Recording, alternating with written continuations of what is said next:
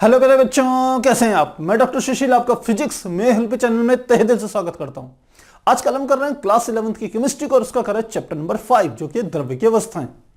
प्यारे बच्चों, आपको ध्यान हो तो लास्ट क्लास में हमने अब जो लास्ट टॉपिक पढ़ाया था वह था हमारा आदर्श गैस के संबंध में, और वहां पर हमने आदर्श गैस की हम कह सकते हैं अवस्था समीकरण को भी देखा था।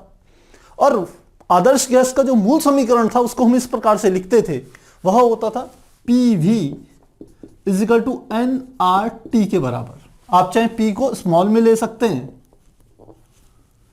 ऐसे भी लिख सकते हैं, जहां P किसी गैस का दाब, V गैस का आयतन, N आप जानते हैं मोलों की संख्या जिसे हम गैस की मात्रा भी कह सकते हैं, R गैस नियतांक और T होता है उसका ताप।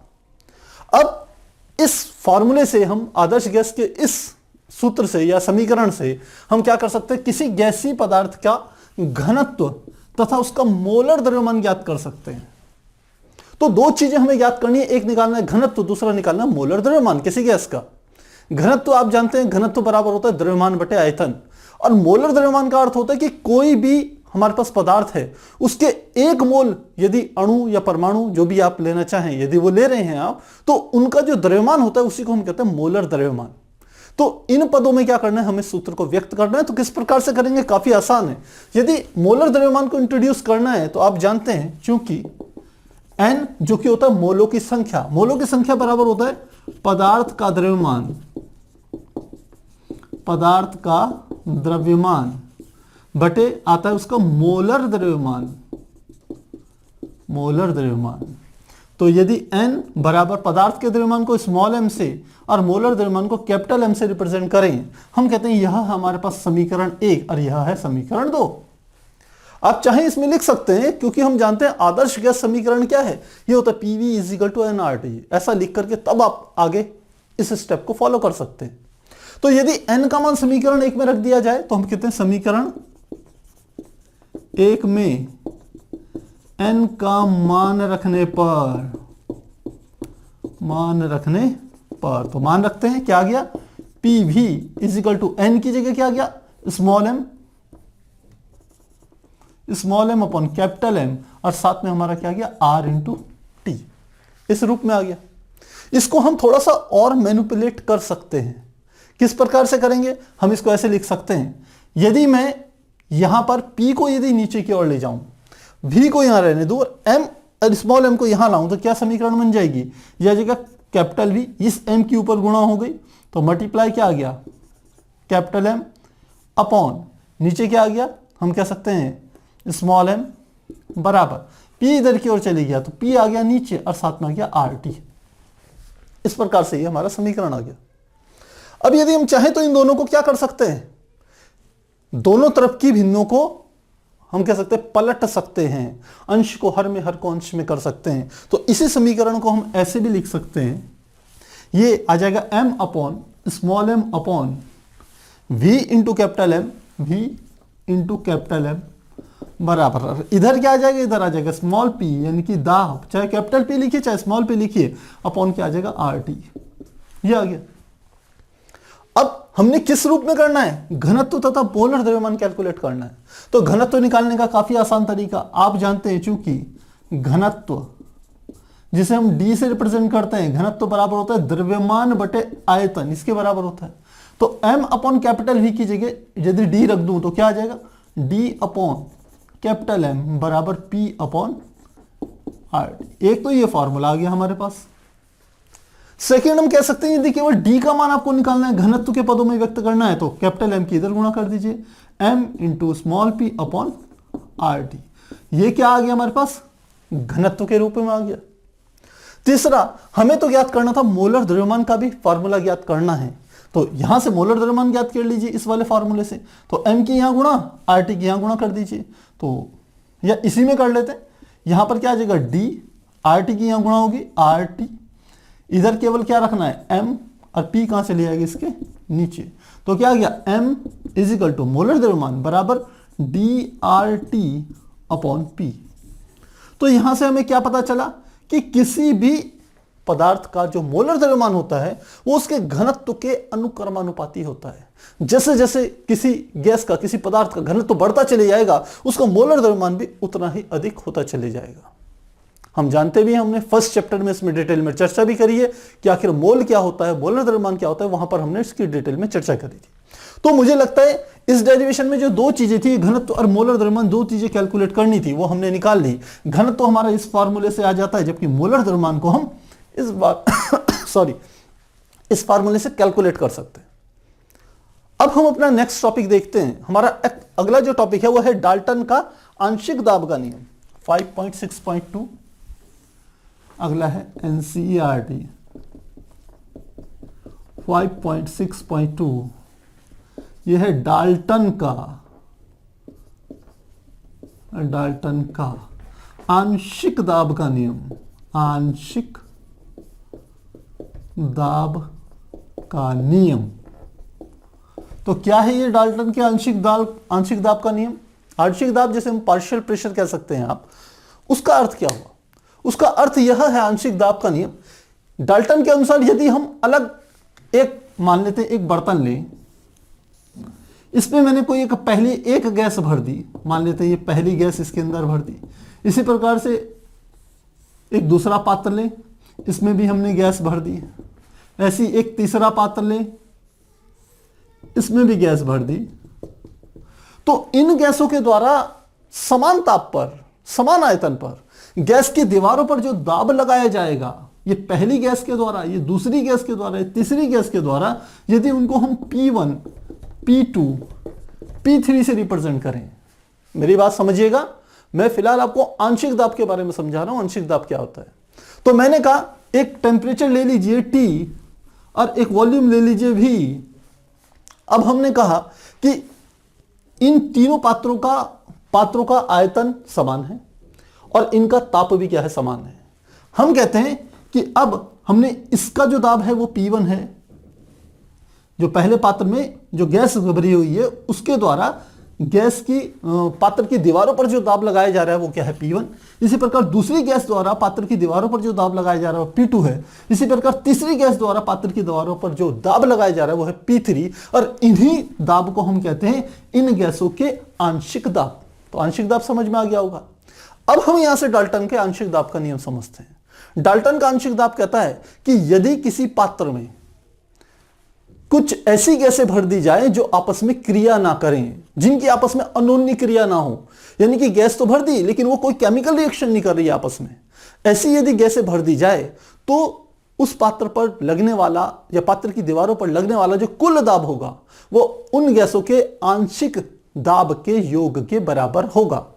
तो पहले लिखते हैं परिभाषा, फिर इसे डिटेल में समझते हैं। हमने कहा डाल्टन के आंशिक दाब के नियमानुसार किसी पात्र में भरी हुई, हम कह सकते हैं अन्योन्य क्रिया रहित, किसी पात्र में भरी हुई अनोन्य क्रिया रहित गैसों का कुल दाब सभी गैसों के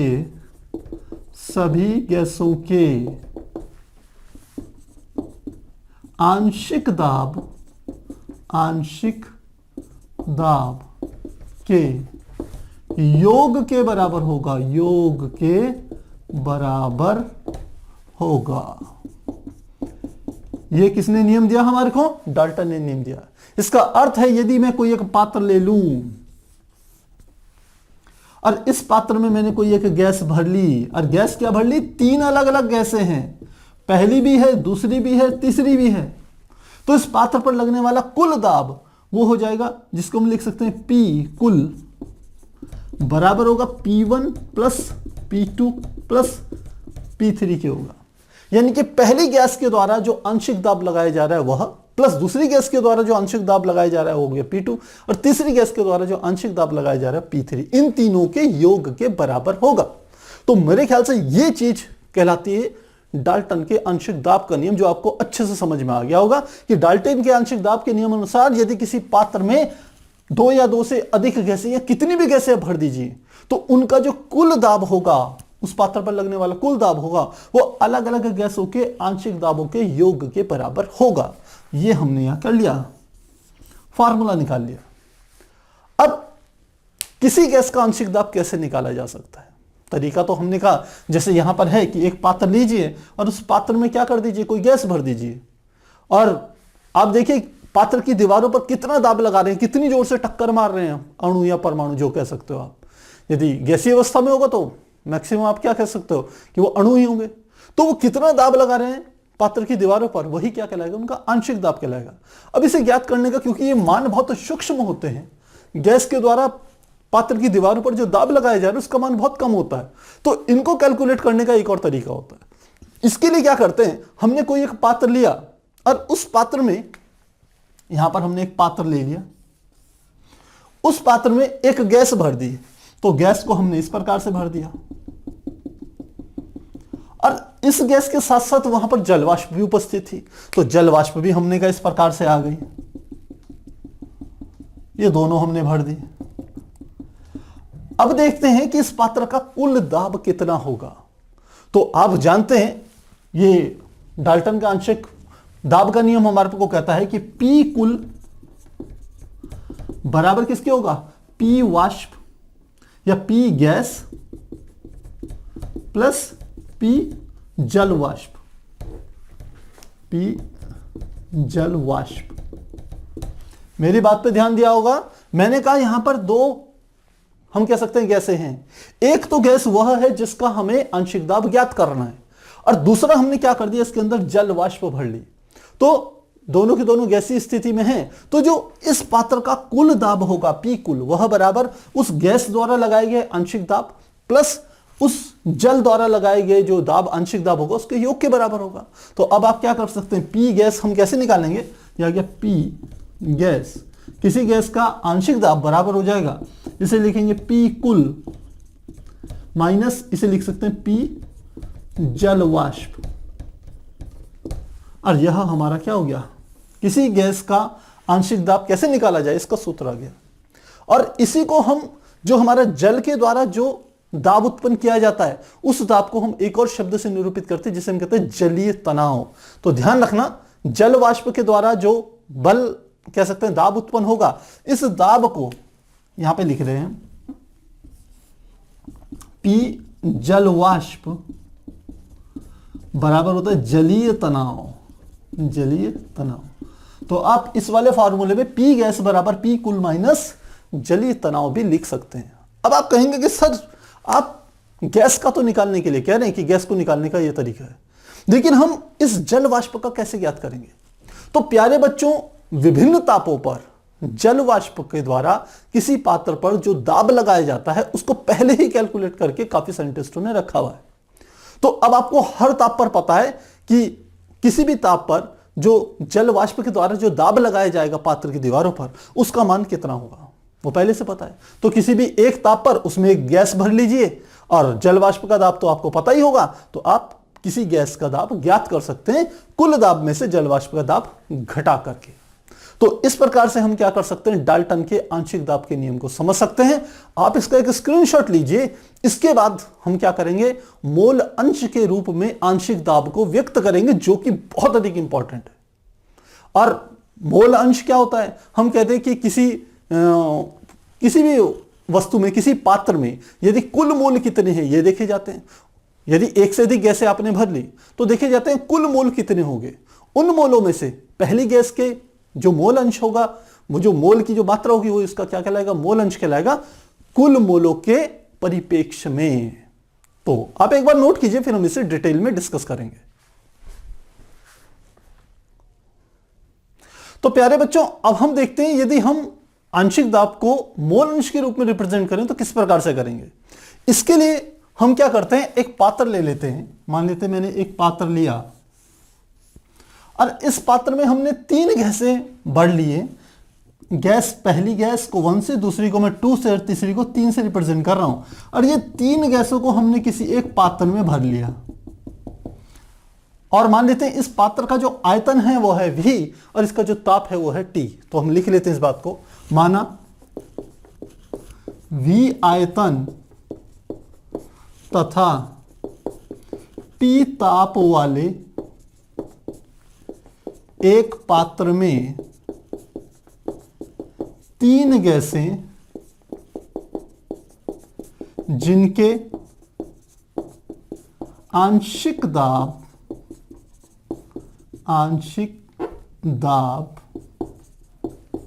P1, P2 तथा P3 हैं भरी गई है। तो यदि पात्र में 3 गैसें भरी हुई हो तो इसके द्वारा, इन तीनों गैसों के द्वारा जो कुल दाब आरोपित होगा वो हम किससे निकाल सकते हैं? डाल्टन के आंशिक दाब के नियम से। तो हम लिखते हैं चूंकि P कुल बराबर हमारा हो जाएगा P1 plus P2 plus P3 के बराबर हो जाएगा, इसके बराबर होगा। अब हम यदि P1, P2, P3 के मान निकालना चाहें तो कैसे निकालेंगे? आप जानते हैं, हम आदर्श गैस समीकरण जानते हैं कि किसी गैस का हम कह सकते हैं दाब, उसका आयतन, उसका ताप और उसके मोलों की संख्या यानी कि उसकी मात्रा, इन 4 चरों के बीच में एक संबंध होता है जिसको हम आदर्श गैस समीकरण कहते हैं। और आप जानते हैं उसका सूत्र होता है, हम लिखते हैं चूंकि आदर्श गैस समीकरण से, और होता है PV इज इक्वल टू हमारा होता है nRT। तो यहां से P की वैल्यू निकाली जाए तो P बराबर क्या हो जाएगा? nRT अपॉन V, इसके बराबर आ गया। तो लिखते हैं अतः पहली, दूसरी तथा तीसरी गैस का आंशिक दाब। तो पहली, दूसरी, तीसरी गैस के आंशिक दाब कैसे निकालेंगे? मान लेते हैं पहली गैस में मोलों की संख्या है N1, पहली गैस जो हमने ली इसके मोलों की संख्या हमने कितनी मान ली? N1 है। दूसरी गैस के मोलों की संख्या क्या है? N2। और तीसरी गैस के मोलों की संख्या क्या है? N3। ये गैसें तो 3 हैं लेकिन उनकी मोलों की संख्या भी भिन्न भिन्न है, जबकि इनका दाब तो अलग होगा, इनका ताप और आयतन क्या है? समान है। तो यहां से लिखते हैं ये बराबर हो जाएगा P1 बराबर, सूत्र देखिए यही लगेगा, P is equal to nRT upon V। तो ये आ जाएगा nRT अपॉन V। अब देखिए पहली गैस का आंशिक दाब P1 बराबर N, तो पहली गैस के मोलों की संख्या कितनी है? हमने कहा N1 है, तो यहां आ जाएगा N1। R गैस नियतांक, T और V इस पात्र के लिए, दोनों के लिए क्या है? समान है सबके लिए, तो V और T कांस्टेंट रहेंगे। तो इसी प्रकार से P2 का मान क्या हो जाएगा? यह आ जाएगा N2RT अपॉन V। इसी प्रकार P3 का मान निकालें तो यह आ जाएगा N3RT अपॉन V, इसके बराबर आ गया। अब हम ये जो हमारी समीकरण है, समीकरण 1, तो समीकरण 1 में P1, P2, P3 तीनों के मान रख देते हैं।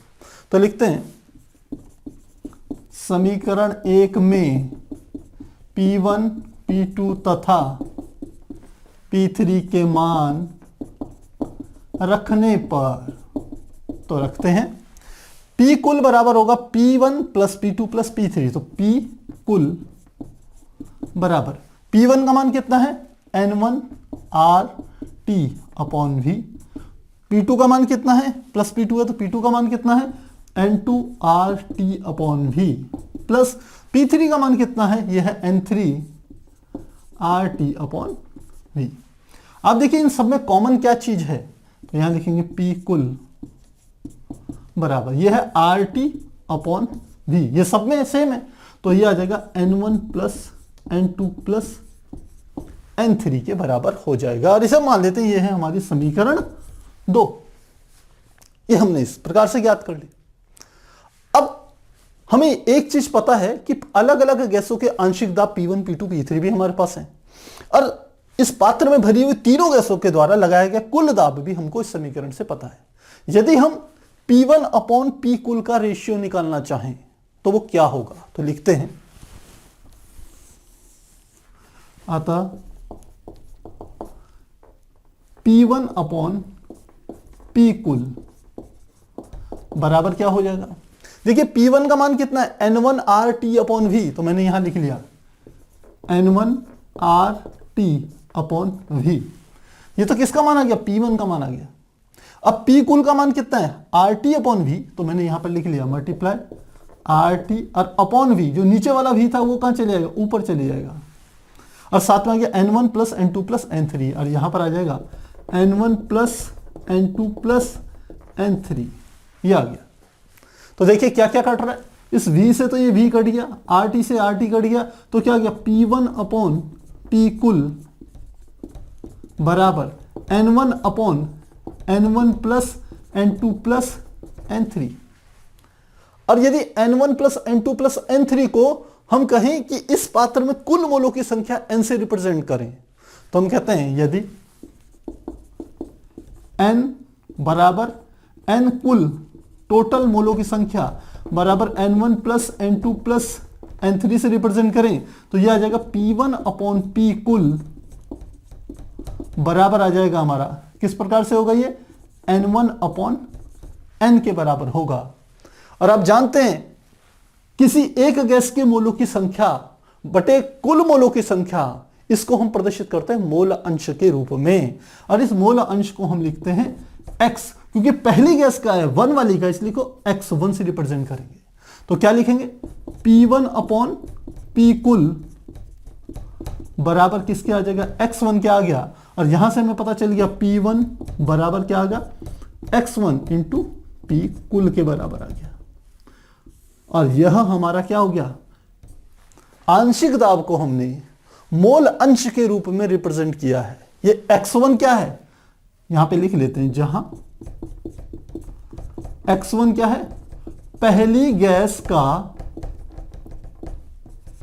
मोल अंश है, मोल अंश को प्रदर्शित कर रहा है ये P1। तो इस प्रकार से हम क्या कर सकते हैं, किसी गैस के आंशिक दाब को उसके मोल अंश के रूप में रिप्रेजेंट कर सकते हैं। ठीक ऐसे ही हम, जैसे हमने P1 लिखा है, वैसे ही हम P2 तथा P3 को भी रिप्रेजेंट कर सकते हैं, काफी आसान है। जैसे P1 बराबर x1 गुणा P कुल, P टोटल, वैसे P2 बराबर x2 गुणा P कुल, इसके बराबर होगा। वैसे P3 बराबर x3 P कुल के बराबर होगा। तो काफी आसान है। आप एक बार इसको स्क्रीनशॉट लीजिए, फिर हम इन फॉर्मूलों को, जैसे हमने P1 की वैल्यू निकाली वैसे P2 और P3 की वैल्यू भी निकाल सकते हैं। आप नोट कीजिए। तो प्यारे बच्चों, अभी हमने जो फॉर्मूला निकाला वो इस प्रकार से है। आप जानते हैं ये था P1 बराबर x1 गुणा P कुल, जहां P1 पहली गैस का आंशिक दाब है, x1 हम जानते हैं पहली गैस का मोलंश है, और P कुल उस पात्र में जितनी गैसें भरी हुई हैं उन सबके द्वारा लगाया गया कुल दाब है। तो इस प्रकार से हम इस फार्मूले को हमने ड्राइव किया था। तो लिख सकते हैं इसी प्रकार यदि हम दूसरी गैस का निकालें, P2 बराबर हो जाएगा x2 गुणा P कुल, और इसी प्रकार तीसरे का निकालें P3, तो वो भी हमारा हो जाएगा x3 गुणा P कुल के बराबर होगा। तो आसानी से निकाल सकते हैं। यदि 3 से ज्यादा गैसें होती तो उनके भी ऐसे ही निकालते हैं। तो एक जर्नल फार्मूला लिख सकते हैं अतः हम एक जर्नल फार्मूला लिखें, PI IV गैस का जो कह सकते हैं आंशिक दाब होगा मोल अंश के रूप में, वो होगा XI गुणा P कुल के बराबर होगा। तो यहां पर हमने क्या कर लिया, एक जर्नल फार्मूला कैलकुलेट कर लिया है, जिसकी सहायता से हम क्या कर सकते हैं, किसी भी गैस के आंशिक दाब को ज्ञात कर सकते हैं, यदि आपको उसका मोल अंश और साथ ही हमारे को क्या पता होगा, उस पात्र में जितनी भी गैसें हैं उनके द्वारा लगाया गया कुल दाब यदि आपको पता हो तो आप आंशिक दाब कैलकुलेट कर सकते हैं। अब इसी के बेस्ड में एक बहुत अच्छा हम कह सकते हैं एग्जाम्पल दिया हुआ है, जिससे आपको इस डेरिवेशन में जितने फॉर्मूले आए हैं वो सारे के सारे फॉर्मूले आपके रिवाइज होने वाले हैं। उदाहरण 5.4, इसके अनुसार एक नियोन और डाई ऑक्सीजन मिश्रण में 70.6 ग्राम डाई ऑक्सीजन तथा 167.5 ग्राम नियोन है। यदि गैसों के मिश्रण का कुल दाब 25 बार हो तो मिश्रण में नियोन तथा डाई ऑक्सीजन का आंशिक दाब क्या होगा। तो दोनों का निकालना है। हमें क्या क्या दे रखा है पहले ये लिखते हैं। मिश्रण का कुल दाब यानी कि पी कुल ये हमको दे दिया 25 और ये दे दिया बार के इसका मात्रक है। सेकंड में दे रखा नियोन तथा डाइऑक्सीजन के मिश्रण में 70.6 ग्राम डाइऑक्सीजन, यानी कि डाइऑक्सीजन की जो मात्रा है एम से रिप्रेजेंट करते हैं, डाइऑक्सीजन यानी कि O2 इसकी मात्रा दे दी 70.6 ग्राम, 70.6 ग्राम ये दे रखा है। और दूसरा नियोन की मात्रा दे रखी है यानी कि MnE बराबर यह हमारे को दी है 167.5 ग्राम, 167.5 ग्राम ये आ गया। ज्ञात क्या क्या करना है, मिश्रण में नियोन तथा डाइऑक्सीजन का आंशिक दाब क्या होगा, तो PO2 ये ज्ञात करना है और PnE हमें ये दो चीजें क्या करनी है प्यारे बच्चों, ज्ञात करनी है। तो कैसे ज्ञात करेंगे, काफी आसान है। यदि आपने ये डेरिवेशन अच्छे से समझा है तो ये वाला प्रश्न आप आसानी से कर सकते हैं। देखिए हमारे पास जो फार्मूला है वो है PI बराबर XI गुणा P कुल।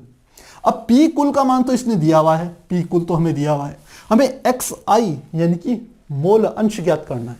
और मोल अंश हम कैसे ज्ञात करते हैं, हम जानते हैं चूंकि XI बराबर होता है, इसको ऐसे लिख लेते हैं, NI upon N total, N कुल लिख लेते हैं, इसके बराबर होता है। XI बराबर NI अपॉन N कुल, XI यानी कि किसी एक गैस का मोल अंश बराबर उस गैस के मोलों की संख्या जिसे हम NI से रिप्रेजेंट कर रहे हैं, और N कुल यानी कि जो भी पात्र हैं उसमें कुल कितने मोल उपस्थित हैं विभिन्न गैसों का, उनका टोटल, ये वाला हमारे पास फार्मूला है। तो इसका अर्थ है सबसे पहले आपको अलग अलग गैस के ऑक्सीजन का और नियोन का, इनका आपको निकालना पड़ेगा, इनके मोलों की संख्या। और हम जानते हैं चूंकि मोलों की संख्या बराबर होता है, N बराबर होता है पदार्थ का द्रव्यमान, पदार्थ का द्रव्यमान बटे मोलर द्रव्यमान, मोलर द्रव्यमान। तो सबसे पहले निकालते हैं ऑक्सीजन के लिए, तो NO2 बराबर पदार्थ का द्रव्यमान, तो ऑक्सीजन का कुल द्रव्यमान कितना है 70.6 बटे मोलर द्रव्यमान। मोलर द्रव्यमान आपको पता होना चाहिए, ऑक्सीजन है यानी कि O2 है, तो ऑक्सीजन का परमाणु क्रमांक आप जानते हैं 8 होता है, और उसके एक परमाणु का जो मोलर द्रव्यमान होता है वो होता है 16। लेकिन यहां क्या है, O2 है, तो दो परमाणु हैं, एक अणु में दो परमाणु हैं, तो मोलर द्रव्यमान कितना हो जाएगा, 16 का दुगुना 32, तो क्या आ जाएगा 32। तो इसको डिवाइड करेंगे तो हमारी जो वैल्यू निकल के आएगी NO2 वो बराबर आएगी लगभग 2.21 मोल के बराबर आ जाएगी। तो हमने ऑक्सीजन का या डाइऑक्सीजन का मोलर द्रव्यमान ज्ञात कर लिया। सेकंड हमारे को क्या निकालना है, नियोन का निकालना पड़ेगा, इसका हमें मान दे रखा है, सूत्र आपका यही वाला लगेगा, ध्यान रखिएगा। तो देखते हैं, यह आ जाएगा NE बराबर पदार्थ का कुल द्रव्यमान, तो नियोन का कितना है 167.5, 167.5 बटे नियोन का मोलर द्रव्यमान। नियोन का परमाणु क्रमांक होता है 10, और ध्यान रखिए नियोन एक हम कह सकते हैं अक्रिय गैस है, आदर्श गैस है। तो ये जो गैस होगी ये एक अणुओं के रूप में नहीं है, इसके सिंगल सिंगल परमाणु हैं, तो इसलिए हमने इसे Ne से रिप्रेजेंट किया है। और इसका आप कह सकते हैं जो मोलर द्रव्यमान होता है वो होता है 20, परमाणु क्रमांक का डबल। तो यहां से हम इसे कैलकुलेट करें तो क्या आ जाएगा, NNE बराबर 8.375 मोल के बराबर आ जाएगा। आप इसे कैलकुलेट करके जरूर देखिएगा। तो हमारे पास यह दोनों तो पता चल गए। अब हमें क्या करना है, इस वाले फार्मूले से मोल अंश ज्ञात करना है। क्यों निकालना है मोल अंश, क्योंकि इस फार्मूले में ये मोल अंश आया है। तो सबसे पहले मोल अंश किसका निकालते हैं, ऑक्सीजन का निकालते हैं। तो लिखते हैं अतः XO2, अब XO2 निकाल रहे हैं तो X बराबर क्या किया NI यानी कि NO2 बटे N कुल यानी कि दो चीजें हैं NO2 प्लस NNE, ये आ जाएगा हमारे पास फॉर्मूला। वैल्यूज पुट करें तो क्या आ जाएगा XO2 बराबर NO2 का मान कितना हो जाएगा, NO2 का मान हमने यहां निकाला है 2.21 divided by NO2 plus NE यानी कि NO2 का मान है 2.21 प्लस NE का मान कितना है 8.375 इसके बराबर डिवाइड कीजिए, कितना आ जाएगा XO2 का मान जो निकल के आएगा होगा 0.21 के बराबर आ जाएगा। तो ऑक्सीजन का मोल अंश क्या होगा, इतना होगा। अब बात आती है कि आखिर जो दूसरी गैस है, क्योंकि दो ही गैस हैं, एक का मोल अंश इतना है तो दूसरी का क्या होगा, आप एक में से घटा लीजिए या इसी फार्मूले को दोबारा यूज कर लीजिए तो पता चल जाएगा। तो हम लिख सकते हैं अतः XNE का मोल अंश बराबर हो जाएगा टोटल मोल अंश होता है, टोटल मोल होते हैं एक में से इस मोल अंश को घटा दीजिए 0.21, तो कितना आ जाएगा, घटाएंगे तो जाएगा 0.79 के बराबर आ गया। तो आपको ऑक्सीजन का मोल अंश भी पता चल गया और नियोन का मोल अंश भी पता चल गया। तो ये दोनों हमको पता चल गए। अब हम आसानी से निकाल सकते हैं इस वाले फॉर्मूले में यूज करके। क्या चीज निकालनी है हमें, दोनों को, ऑक्सीजन का और नियोन का निकालना है आंशिक दाब। तो लिखते हैं अतः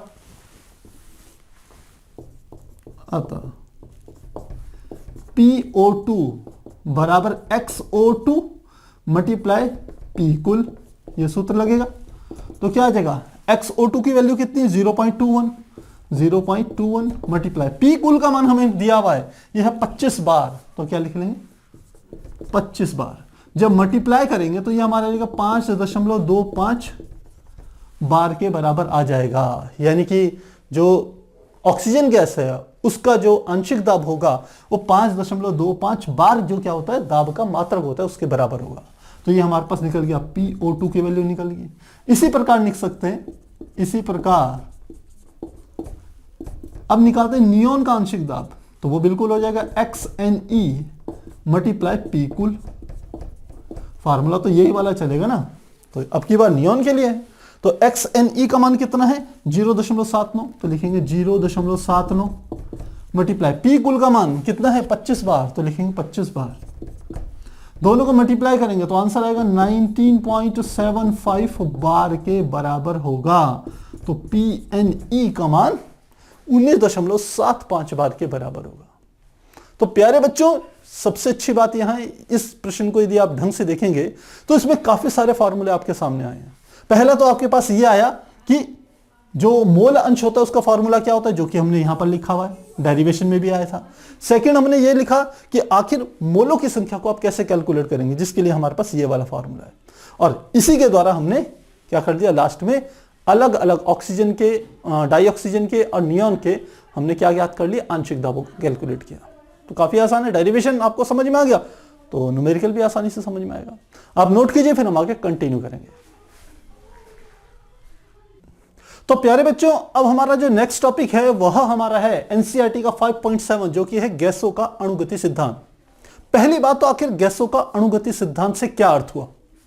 सामान्यतः होता क्या है कि कोई भी सिद्धांत जो बनते हैं, जैसे आपने देखा होगा जो गैस नियम पढ़े थे, 4 गैस नियम, चार्ल्स का, बॉयल का पढ़ा था, हमने आदर्श गैसों का पढ़ा था, और आप कह सकते हैं जो भी हमने 4 नियम पढ़े थे उनमें आपने देखा होगा कि एक नियम लगाया जाता है, जैसे बॉयल का नियम है कि स्थिर ताप पर किसी गैस का जो आयतन होता है वो उसके दाब के व्युत्क्रमानुपाती होता है। दाब और आयतन में व्युत्क्रमानुपाती का संबंध है। तो ये क्या है, प्रयोगों को बार बार रिपीट करके जो रिजल्ट निकलते हैं उनको नियमों के रूप में प्रस्तुत कर लेते हैं। लेकिन बाद में हम इस बात क्या कह सकते हैं, अध्ययन करते हैं कि आखिर यदि कोई गैस कुछ व्यवहार कर रही है तो उसके पीछे मूल कारण क्या है। तो एक ऐसा सिद्धांत तो जो कि गैसों के उस व्यवहार को प्रदर्शित करे, गैसों के उन मूल कारणों को प्रदर्शित करे जिनके कारण वह अलग अलग व्यवहार प्रस्तुत करती है, उसी को हम कहते हैं गैसों का अणुगति सिद्धांत। तो यदि परिभाषा के रूप में लिखें तो हम कह सकते हैं कि एक ऐसा सिद्धांत जो गैसों के व्यवहार को स्पष्ट करता है, उसका प्रस्तुतिकरण करता है, ऐसे सिद्धांत को हम गैसों का अणुगति सिद्धांत कहेंगे। तो परिभाषा लिख लेते हैं, वह सिद्धांत जो विभिन्न परिस्थितियों में या विभिन्न अवस्थाओं में, परिस्थितियां लिख लीजिए या अवस्थाएं लिख लीजिए, विभिन्न अवस्थाओं में गैस के व्यवहार को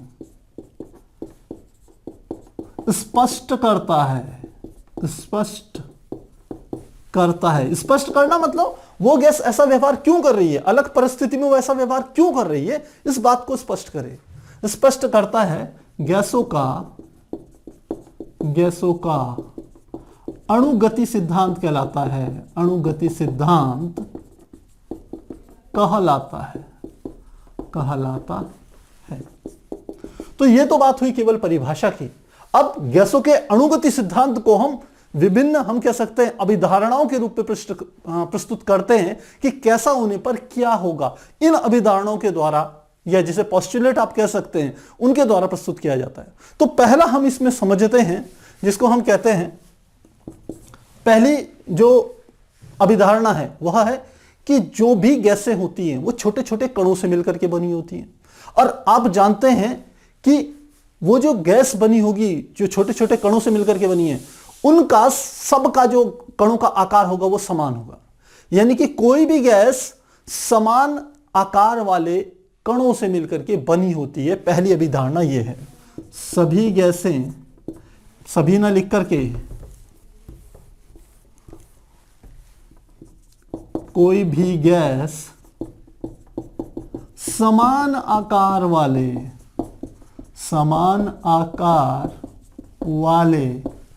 कणों से मिलकर बनी होती है। यानी कि इनके कण क्या होते हैं? समरूप। दूसरी बात, बड़ी इंपॉर्टेंट बात, हमने पहले भी जब आपको आदर्श गैस के संबंध में कुछ बातें समझाई थी, बिल्कुल वही चीजें यहां पर रिपीट हो रही। दूसरी बात कि किसी भी गैस के द्वारा जो आयतन घेरा जाता है वह गैस के वास्तविक आयतन की तुलना में हम कह सकते हैं बहुत ज्यादा होता है, या उल्टा कहें कि किसी भी गैस के अणुओं का जो कुल आयतन होता है वो गैस द्वारा घेरे गए कुल आयतन की तुलना में काफी नगण्य होता है। पहले लिखते हैं, फिर इसकी आपको एक्सप्लेन करके बताएंगे। कहा किसी गैस के अणुओं का कुल आयतन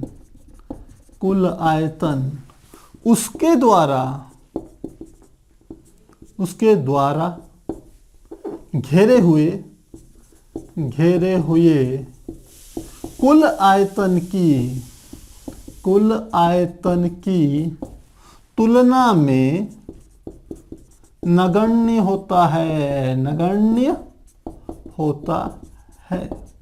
और इसी बात से हमें एक बात पता चलती है कि जो गैसें होती है वो उनके अंदर उच्च संपीड्यता पाई जाती है। तो लिखते हैं अतः इसी कारण गैसें उच्च संपीड्य होती हैं। बहुत से बच्चों को यह नहीं पता होगा संपीड्यता क्या गुण है। संपीड्यता मतलब किसी चीज को यदि दबाने पर उसका आयतन कम हो जाए तो हम कहेंगे उसके अंदर संपीड्यता का गुण है।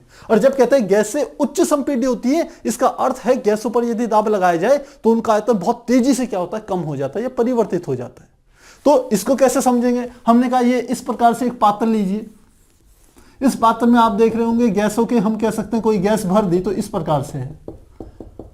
अब यदि इन सब कणों का मैं किसी तरह से इनको इकट्ठा कर लूं, इकट्ठा करके इनका आयतन देखूं, तो ये इस पूरे पात्र की तुलना में जिसमें ये फैली हुई है, यदि मैं भरूं तो ये इतना ही आयतन ग्रहण करेगी, इतना ही आयतन क्या करेगी? कह सकते हैं घेरेगी। जबकि सामान्य अवस्था में इसने इतना आयतन घेरा हुआ है, क्योंकि हमने बताया था कि किसी भी गैस का जो आयतन होता है वो उसके द्वारा घेरे गए पात्र के आयतन के बराबर होता है, जबकि गैस के अणुओं का कुल आयतन केवल इतना होगा। तो गैस द्वारा जो आयतन घेरा जाता है उसकी तुलना में गैस के अणुओं का जो वास्तविक आयतन है, उसका योग है, वह क्या होता है? बहुत ज्यादा होता है। घेरा हुआ आयतन बहुत ज्यादा है, जबकि इनका वास्तविक आयतन क्या है? बहुत कम।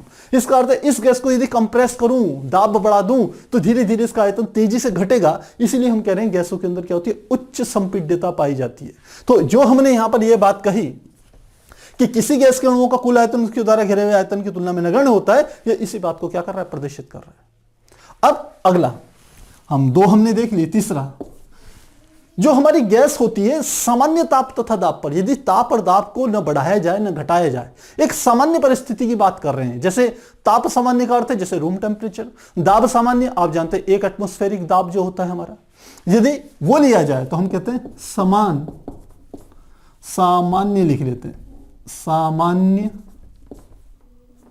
ताप तथा दाब पर गैसों के अणुओं के बीच, गैस के अणुओं के बीच कोई आकर्षण बल कार्य नहीं करता, कोई आकर्षण बल कार्य नहीं करता, नहीं करता। तो मेरे ख्याल से यह बात भी आपको समझ में आ गई होगी कि आकर्षण बल कोई काम नहीं करेगा यदि सामान्य ताप और दाब हो तो कोई आकर्षण बल काम नहीं करेगा। क्लियर हो गया। अब आकर्षण बल का अर्थ है अणु अणुओं के बीच में कोई बल काम नहीं करेगा, कोई एक दूसरे को नहीं खींचेगा। क्यों नहीं खींचेगा? क्योंकि उनके बीच की जो दूरियां हैं वो क्या होगी, काफी ज्यादा होगी। तो ये नियम इस बात को प्रस्तुत करता है।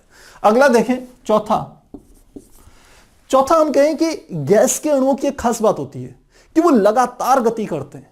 यदि वो लगातार गति नहीं करेंगे और एक ही स्थान पर खड़े रह जाएं तब तो हम कहेंगे कि गैस क्या है, जिसको हम कहते हैं उसका आकार तथा आयतन अनिश्चित है, तो उसका आकार निश्चित हो जाएगा। यदि गैस के अणु अपनी अपनी जगहों पर खड़े हो जाएं तो गैस का आयतन भी निश्चित और हम कह सकते हैं आकार भी निश्चित। लेकिन ऐसा होता नहीं है। गैस के अणु लगातार गति करते हैं अनियमित रूप से सब दिशाओं में, इसीलिए गैस का जो हम कह सकते हैं आकृति होती है वो अनिश्चित होती है। तो लिखते हैं गैस के अणु लगातार अनियमित गति करते रहते हैं, जिसके कारण इनका आकार तथा आयतन अनिश्चित होता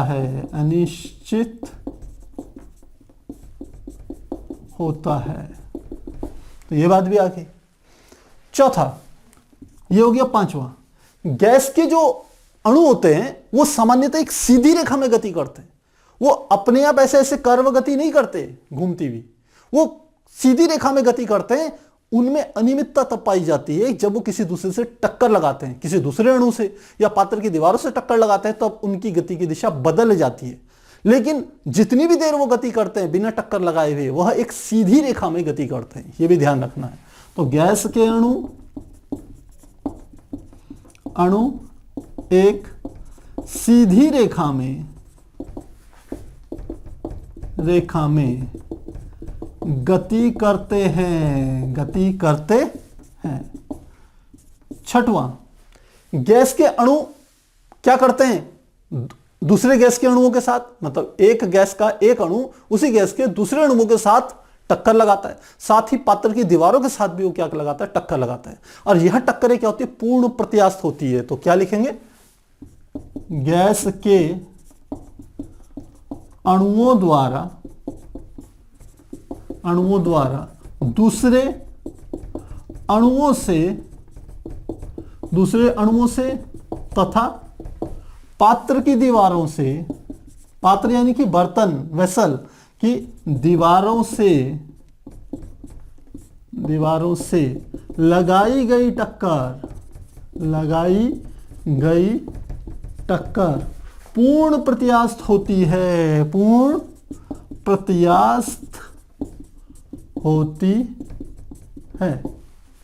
पूर्ण प्रत्यास्थ का अर्थ क्या है कि टक्कर से पहले अणु की जो ऊर्जा होगी वो टक्कर के बाद अणु की ऊर्जा में कोई परिवर्तन नहीं होगा, वो दोनों आपस में बराबर होगी। पूर्ण प्रत्यास्थ टक्कर का अर्थ यही होता है कि यदि टक्कर से पहले किसी पिंड या वस्तु की जो ऊर्जा है टक्कर के बाद भी उतनी ही रहे तो उस टक्कर को हम कहते हैं पूर्ण प्रत्यास्थ टक्कर, और यदि बदल जाए तो हम कहते हैं अप्रत्यास्थ टक्कर होगी। तो ध्यान रखना, गैस के अणु दूसरे अणुओं के साथ जब टक्कर लगाते हैं या पात्र की दीवारों से टक्कर लगाएंगे तो टक्कर पूर्ण प्रत्यास्थ होगी, उनकी ऊर्जा में कोई परिवर्तन नहीं आएगा। छठवें के बाद सातवें में हम लिखते हैं कि गैस के विभिन्न अणुओं की गतिज ऊर्जाएं अलग अलग होती हैं। गैस के अणु अलग अलग वेग से गति करते हैं। ऐसा नहीं कि सबका वेग एक समान हो, क्योंकि जब टक्कर लगेगी तो क्या होगा, उसका एक क्षण के लिए वेग बिल्कुल शून्य हो जाएगा, फिर उसका वेग धीरे धीरे बढ़ता है, फिर थोड़ा बढ़ा तब तक वो फिर टक्कर लगा लिया उसने, तो फिर से उसका वेग क्या हो गया, शून्य हो गया। तो सभी अणुओं का जो वेग होता है वह अलग अलग होता है, समान नहीं होता, बशर्ते जो औसत वेग होता है उसको हम कैलकुलेट करते हैं। तो हम लिखते हैं सभी अणुओं का वेग भिन्न भिन्न होता है, भिन्न भिन्न होता है। आठवें में हम लिख सकते हैं कि जैसे जैसे किसी गैस का ताप बढ़ाया जाता है अणुओं की गतिज ऊर्जा में वृद्धि होगी और वह पात्र की दीवारों पर उतना ही अधिक दाब आरोपित करेंगे। क्योंकि जब किसी पात्र को गर्म करेंगे तो गर्म करने का अर्थ क्या है, उसको ऊष्मा दे रहे हैं। ऊष्मा एक प्रकार की ऊर्जा है। ऊर्जा कौन ग्रहण करेगा, अणु ग्रहण करेंगे। अणु ग्रहण करेंगे तो उनकी गतिज ऊर्जा बढ़ जाएगी, वो और तेजी से दौड़ लगाएंगे। जब ज्यादा तेजी से दौड़ लगा के बर्तन की दीवारों पर टक्कर मारेंगे तो क्या होगा, बर्तन की दीवारों पर दाब बढ़ जाएगा। तो यही बात हमने समझनी है। हमने कहा ताप बढ़ाने पर अणुओं की गतिज ऊर्जा बढ़ती है, गतिज ऊर्जा बढ़ती है। इस कारण उसका या उसके द्वारा लगाया गया दाब भी बढ़ जाता है। तो प्यारे बच्चों, किसी गैस के संबंध में जो अणुगति सिद्धांत हैं, उसमें जो अभिधारणाएं हैं, पोस्टुलेट्स हैं, वो लगभग इस प्रकार से हैं। ये सब गैसों में लागू की जाती है। और कहें, वैसे कहा जाए तो ये एक प्रकार से आदर्श स्थिति है, आदर्श गैस का व्यवहार है। और आदर्श गैस का व्यवहार क्या है, जब उसका ताप तथा दाब क्या होता है, समान होता है। ये जब हमने लिखा था समान ताप तथा दाब पर, तो अणुओं के बीच कोई आकर्षण बल नहीं लगता और कोई भी गैस होती है एक प्रकार से हम कह सकते हैं आदर्श गैस की तरह व्यवहार करती है। तो फिलहाल आप इसको नोट कीजिए। मुझे उम्मीद है आपको ये सारी की सारी पोस्टुलेट्स अच्छे से समझ में आ गई होगी। कोई भी इनके अंदर मैं कह सकता हूं ऐसी जटिलता नहीं है कि जो आपको समझ में ना आए। और पहले भी आदर्श गैस के गुणधर्म के संबंध में हम आपको ये सब चीजों को पहले भी बता चुके हैं। तो प्यारे बच्चों, आज का टॉपिक सारे आसान थे। पहला हमने यह समझा कि जो आदर्श गैस के संबंध में उसका घनत्व कैसे निकाला जाए, उसका मोलर द्रव्यमान कैसे निकाला जाए। सेकंड हमने ये देखा था कि आंशिक दाब क्या होता है, डाल्टन के आंशिक दाब का सिद्धांत क्या होता है, आंशिक दाब को मोल अंश के रूप में कैसे रिप्रेजेंट करेंगे। और लास्ट में हमने ये देखा कि अणुगति सिद्धांत क्या होते हैं और उसकी अभिधारणा या पोस्टुलेट्स क्या क्या है। तो तीनों चीजें काफी आसान थी। यदि आपके कहीं पर कोई डाउट होते तो कमेंट बॉक्स में जरूर लिखिएगा। तो फिर मिलते हैं अगली क्लास में, तब तक के लिए गुड बाय।